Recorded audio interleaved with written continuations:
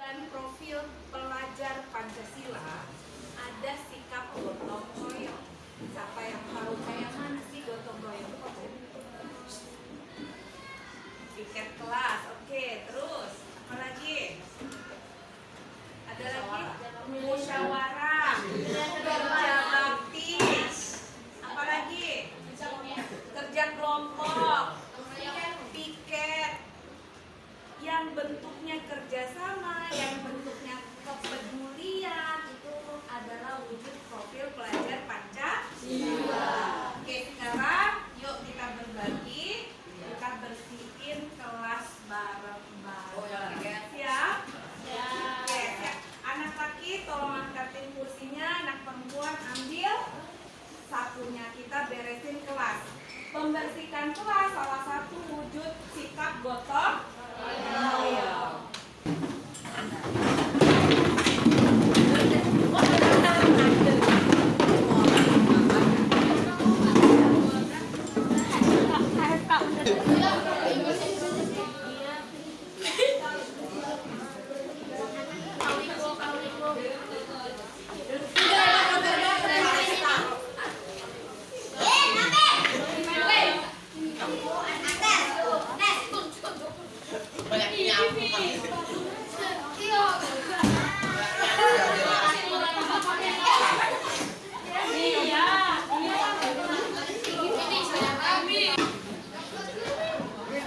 Bau banget.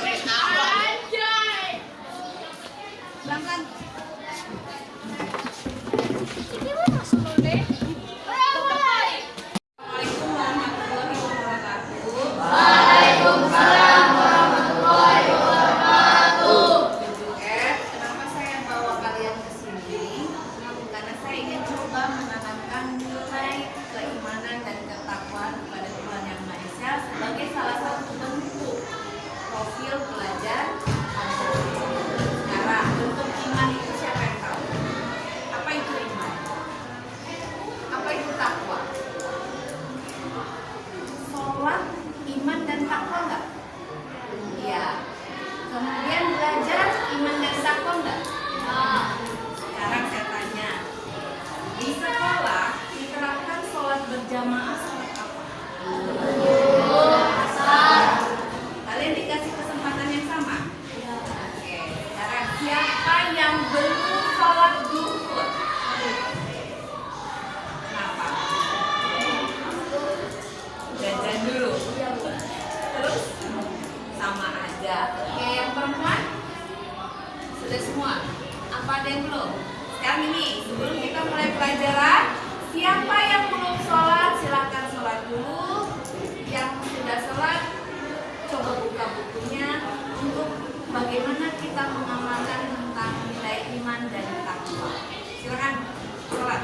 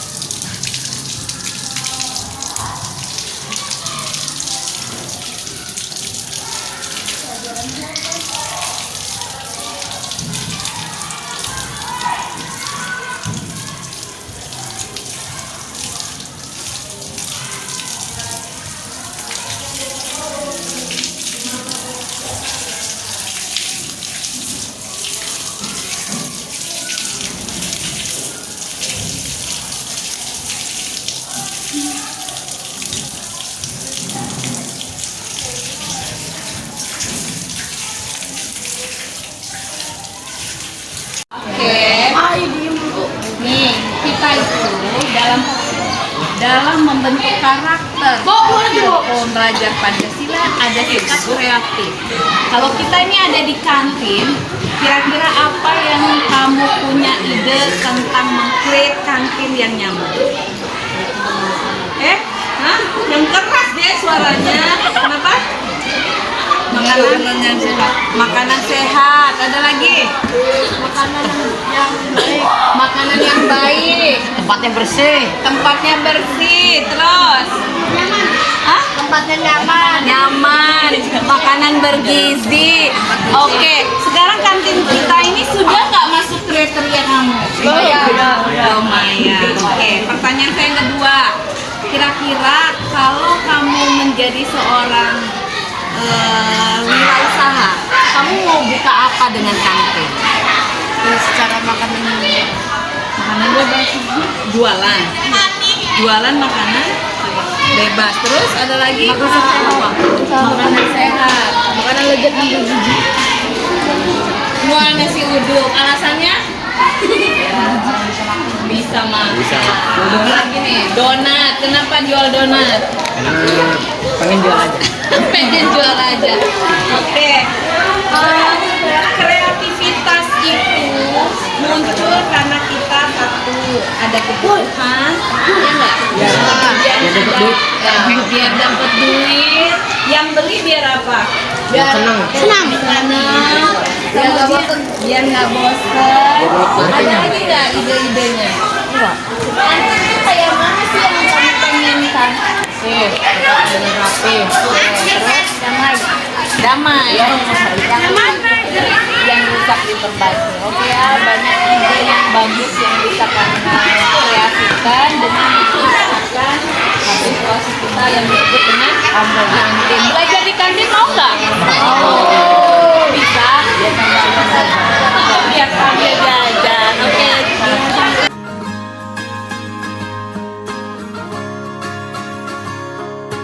Mimpi adalah kunci untuk kita menaklukkan dunia. Berlarilah tanpa lelah sampai engkau meraihnya. Laskar pelangi takkan terikat waktu. Bebaskan mimpimu di angkasa, warnai bintang di jiwa.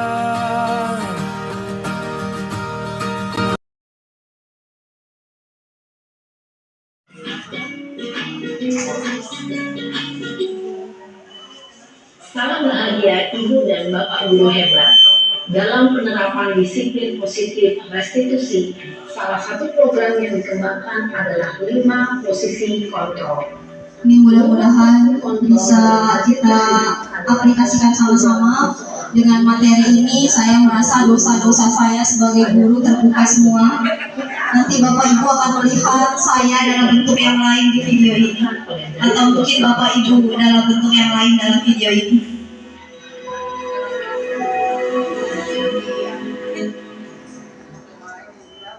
Lima posisi kontrol itu adalah 1.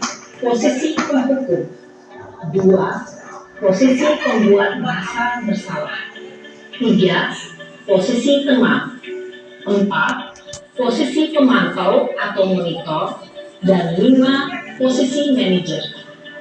Untuk lebih memahami kelima posisi tersebut, mari kita saksikan kasus Naren yang terlambat hadir 20 menit di sekolah dan melihat bagaimana kelima posisi kontrol dalam menghadapi masalah tersebut.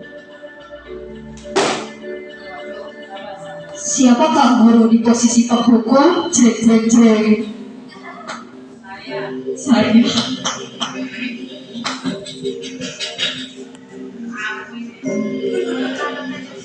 Naren! Sini kamu! Selalu terlambat. Kamu deh, pasti terlambat. Maaf, saya Apa? Apa coba? Alasan kamu apa lagi? Kapan sih kamu tidak terlambat? Malas sekali ya kamu jadi anak. saya Dasar pemalas. Gak kapok-kapok sih kamu. Melalui program guru penggerak, mudah-mudahan kita bertobat dan tidak lagi ada di posisi satu. Ini posisi guru satu, penghubung. Jadi ada 5 posisi guru. Kita ada di level berapa? Mari kita refleksi bersama-sama. Jawab. Sudah terlambat, masih berani jawab pula. Sekarang, keliling lapangan basket 5 kali sekalian. Biar kapok. Pak, pergi sana ke lapangan basket.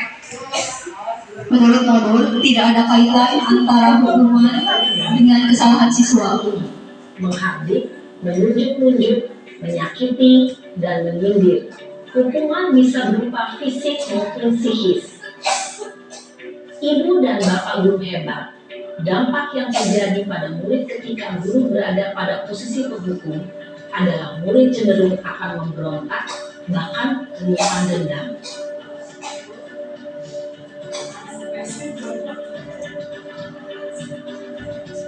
Nah, ini saya alami, ini dosa saya. Posisi pembuat rasa bersalah. Jreng-jreng.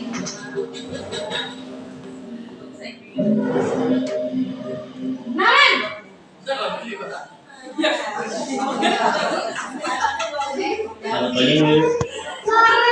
Naren, kamu kenapa terlambat lagi, nak? Ya Tuhan, Naren. Kamu senang ya bikin ibu susah ya? Kalau kamu terlambat lagi, nanti ibu yang ditegur bapak kepala sekolah, nak. Disangka ibu tidak bisa membina kamu. Duh, gimana ini? Maaf, Bu. Duh, Gusti Naren. Kamu suka ya kalau ibu ditegur bapak kepala sekolah? Terus, sekarang ibu harus tulis apa yang di buku absen? Ini kamu sudah sering terlambat loh. Ibu harus apa coba? Maaf, Bu. Maaf sekali. Ya sudah, lain kali jangan bikin ibu susah lagi ya, nak ya. Ibu tidak akan kuat lagi kalau kamu begini terus. Bisa jantungan kalau ibu tegur bapak kepala sekolah. Sana cepat ke kelas. Maaf ya, Bu. Maaf sekali. Posisi pembuat rasa bersalah berbicara dengan nada tenang, cenderung lembut. Namun kata-kata yang diutarakan membuat murid merasa menjadi orang yang gagal. Memandang buruk dirinya sendiri, merasa tidak berharga, dan tidak sanggup membahagiakan orang lain. Ketika guru mengambil posisi pembuat rasa bersalah, murid akan menganggap dirinya yang bersalah dan ia akan menyimpan emosi negatif tersebut di dalam dirinya. Membuat emosi negatif dalam diri. Nah, ini posisi teman. Nah, mungkin beberapa guru muda melakukan ini, tapi ternyata ada kekurangan dari posisi teman juga. Mari kita simak.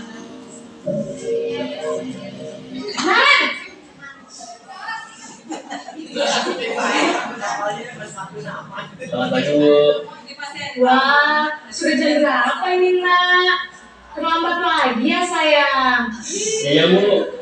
Habis ibu saya rumah bangunkan saya, Bu. Kamu malah menyalahkan ibu kamu.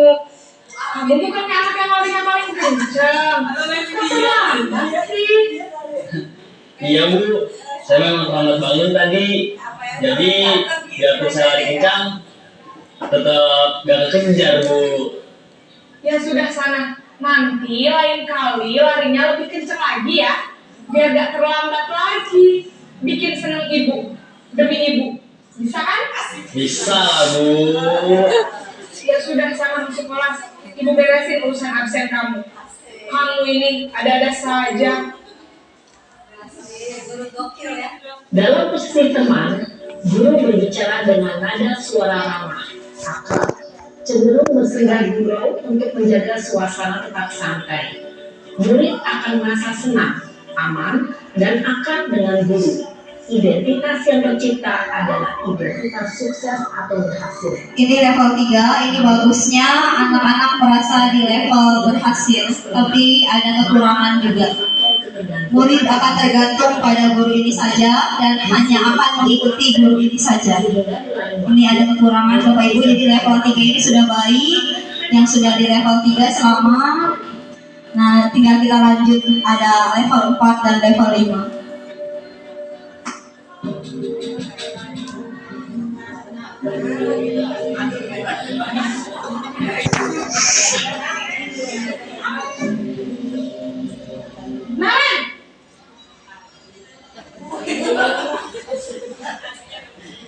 pagi, Bu. Nah, Ren, apa peraturan sekolah kita tentang jam berapa kita harus masuk sekolah, nak? Kita harus di sekolah jam 7, Bu. Iya, betul. Sekarang sudah jam 7.20. Kalian sudah tahu konsekuensinya jika terlambat hadir? Paham, Bu. Saya harus tinggal kelas pas jam istirahat selama 20 menit. Iya, benar. Konsekuensinya demikian. Jadi nanti jam 9.30, pas istirahat, kamu harus tinggal di kelas, kerjakan tugas tambahan untuk ketertinggalan kamu, ya? Baik, Bu. Posisi pemantau mengandalkan penghitungan atau data untuk mengontrol murid. Ini posisi yang keempat. Jadi siswa sudah tahu konsekuensinya apa jika dia bersalah. Jadi pemantau hanya mengingatkan kembali. Nah, untuk ini kita harus sering mensosialisasikan konsekuensi apa yang terjadi. Jadi dari awal kita harus buat perjanjiannya dengan peserta didik. Nah, ini adalah yang diharapkan oleh Kemendikbud kepada kita semua sebagai seorang manajer. Jadi Bapak Ibu, kita semua mari kita bertobat dan kita menuju ke level manajer.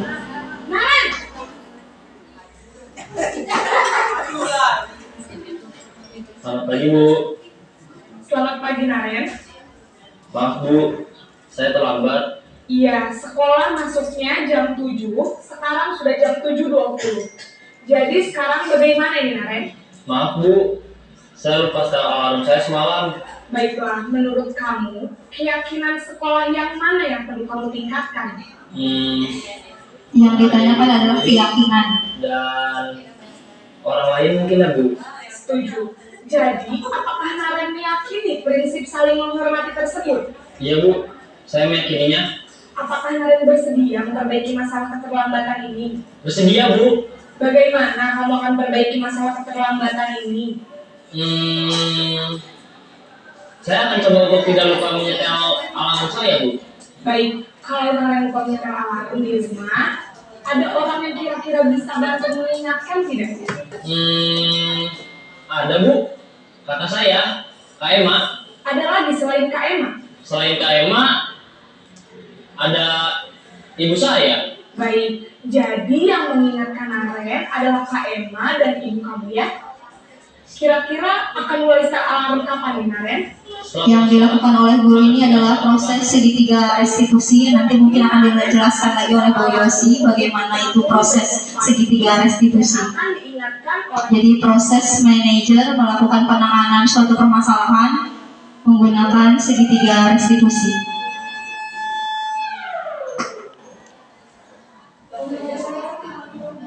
Nanti saya share videonya Bapak Ibu.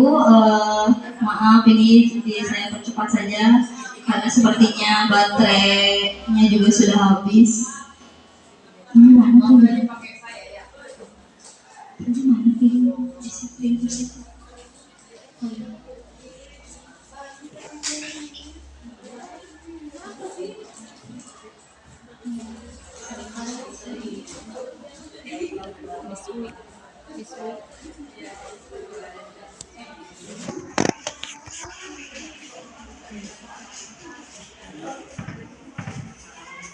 Yang saya jelaskan 5 posisi guru. Jadi posisi awal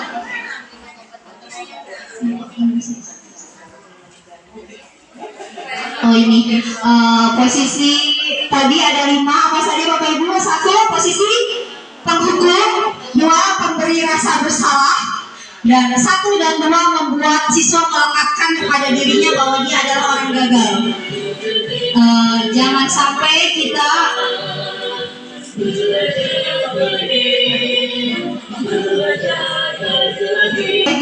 melakukan posisi itu. Jadi posisi 1, 2 itu sangat berbahaya.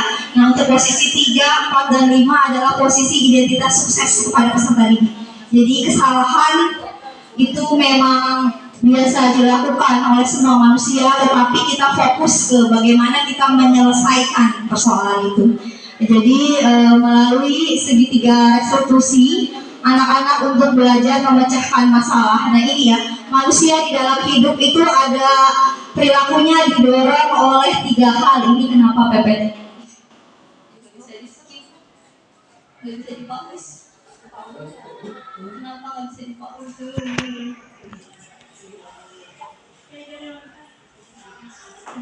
Wabarakatuh. Waalaikumsalam warahmatullahi wabarakatuh. Ibu Bapak, kita akan kembalikan pada posisi kodrat kita sebagai guru, mengembalikan kepada anak itu harus diperlakukan seperti apa.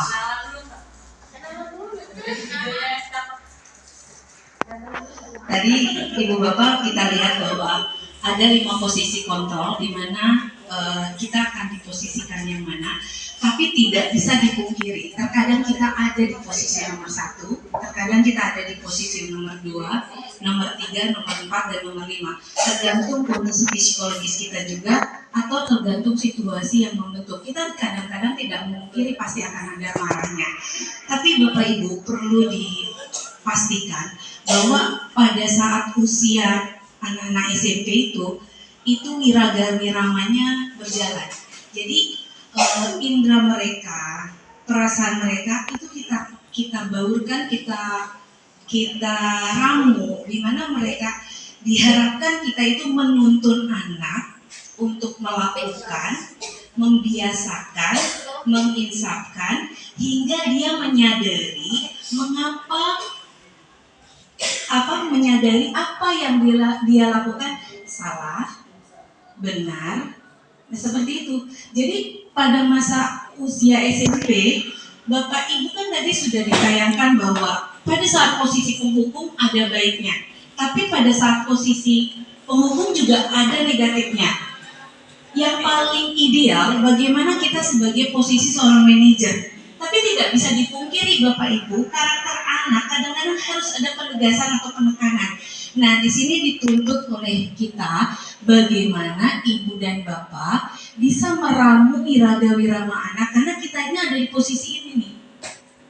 Anak-anak kita itu ada di posisi ini. Jadi pastikan kita menuntun anak itu melakukan, membiasakan, menginsafkan sehingga apa yang mereka lakukan paham ini termasuk salah atau benar. Kemudian seperti tadi Bu Wulan katakan bahwa sekarang sudah mulai kita menghindari namanya hukuman, tapi kembalikan kepada mereka menerima konsekuensi terhadap apa yang mereka dampak dari yang mereka lakukan. Nah, yang membentuk disiplin positif kita, bagaimana kita menerapkan restitusi.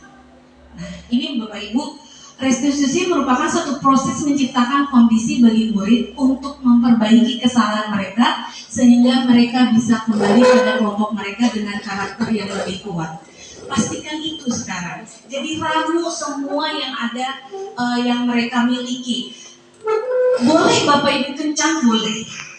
Posisi penghukum, tapi langsung Bapak Ibu restitusikan bahwa biarkan mereka menyadari bahwa itu adalah salah. Nah, muaranya nanti pada saat kita bisa meramu semuanya dengan baik. Nah, di sini ya Bapak Ibu, usia SMP itu wiraganya, raganya, indranya itu bermain. Kemudian wiramanya, tanggung jawabnya, pembiasanya, irama kesehariannya juga bermain. Itu meramu hal itu yang menjadikan kita butuh satu pemahaman bahwa posisi 5 kontrol tadi sebaiknya memang idealnya menjadi seorang manajer, tapi tidak bisa dipungkiri lagi bahwa kita juga terkadang suara kita keras, suara kita membentak, itu ada.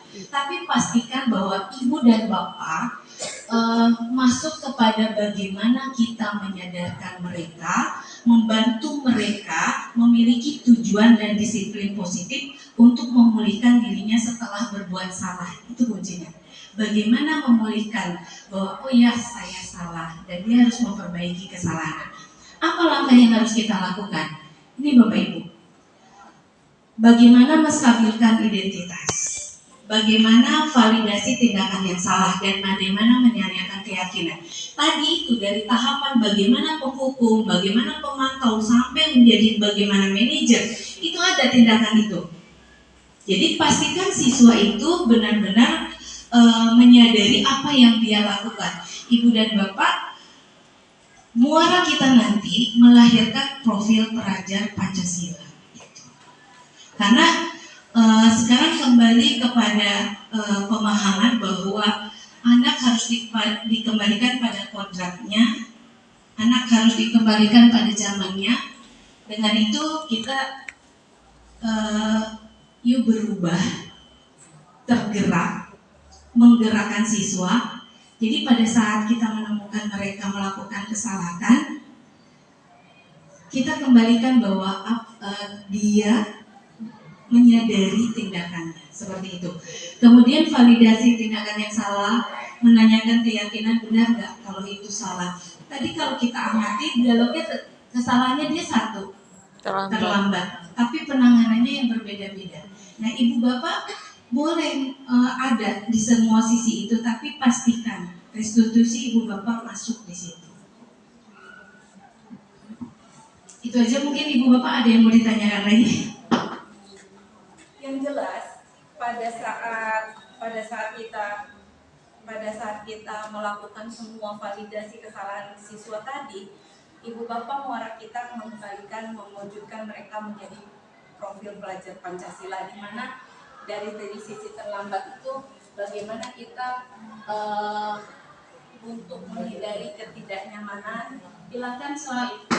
Kayaknya kalau memang kita mau benar-benar kembali melakukan perubahan, ini kita harus merevisi sebuah aturan. Jangan sampai ada yang namanya hukuman, tapi kita berlakukan ke mereka adalah konsekuensi.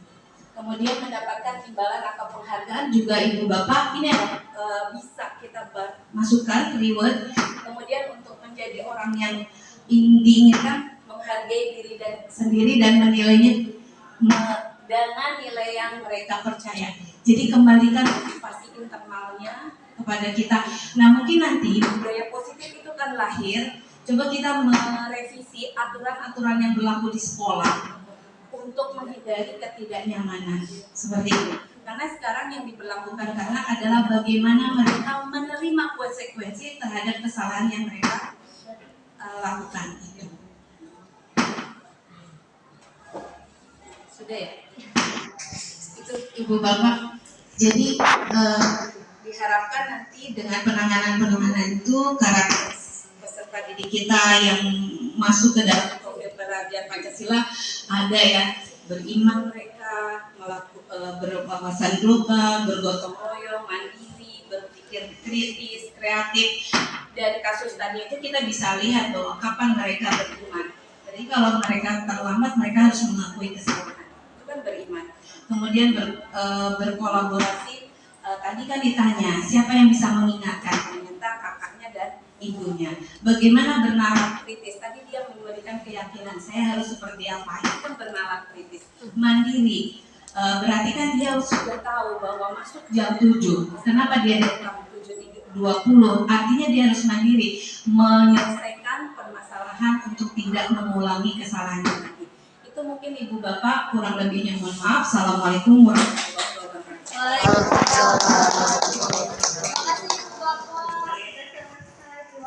Ibu Eka, jadi pada saat kita menanamkan kondisi bagi murid untuk memperbaiki kesalahan mereka, kita bisa melakukan restitusi untuk menanamkan disiplin positif, karena pada dasarnya siswa itu memiliki 5 kebutuhan dasar. Pertama, kebutuhan untuk bertahan hidup, kasih sayang dan rasa diterima, kebebasan, kesenangan, dan penguasaan. Bisa jadi ketika seorang murid melakukan sesuatu perbuatan yang bertentangan dengan nilai-nilai kebajikan atau melanggar aturan, hal itu sebenarnya mereka ada kegagalan dalam memenuhi kebutuhan dasar itu. Makanya pada saat kita menjadi guru, seperti yang dijelaskan waktu itu, bagaimana kita bisa memposisikan diri kita sebagai 5 posisi kontrol. Yang paling baik adalah kita memposisikan diri sebagai manajer. Seperti Jadi jika ada murid yang berperilaku menyimpang, bisa dipahami ada kebutuhan dasar yang tidak terpenuhi. Iya, jadi murid itu gini, dia melakukan perbuatan yang bertentangan dengan nilai-nilai kebajikan, melanggar peraturan. Sebenarnya ada kegagalan saat dia memenuhi kebutuhan dasar tadi. Apakah dia misalkan berperilaku sering mengganggu temannya, berarti dia ingin kebutuhan rasa kasih sayang dan ingin diterima. Kemudian kalau dia senangnya ganggu, senangnya nggak konsentrasi di kelas, berarti ada kebutuhan dasar akan kesenangan yang belum terpenuhi. Karena itu kita sebagai guru menempatkan 5 posisi kontrol yang terbaik adalah menjadi seorang manajer, dan bagaimana kita menerapkan restitusi untuk menciptakan budaya disiplin positif. Pertama, kita bisa melakukan, alasan kamu apa sih kenapa berbuat seperti itu. Kemudian berikan keyakinan bahwa kamu juga bisa berbuat lebih baik. Nah, kemudian kita mencari cara-cara efektif agar mereka menemukan kebutuhan atau belum pernah gitu.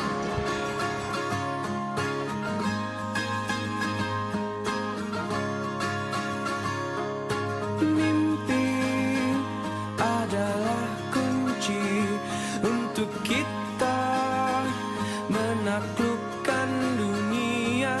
Berlarilah tanpa lelah sampai engkau meraihnya.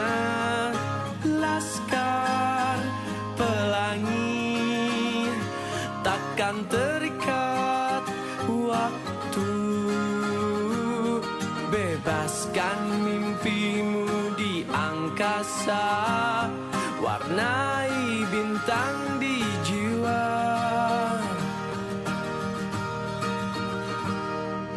Menarilah dan terus tertawa, walau dunia tak seindah surga. Bersyukurlah pada yang kuasa, cinta kita di dunia selamanya.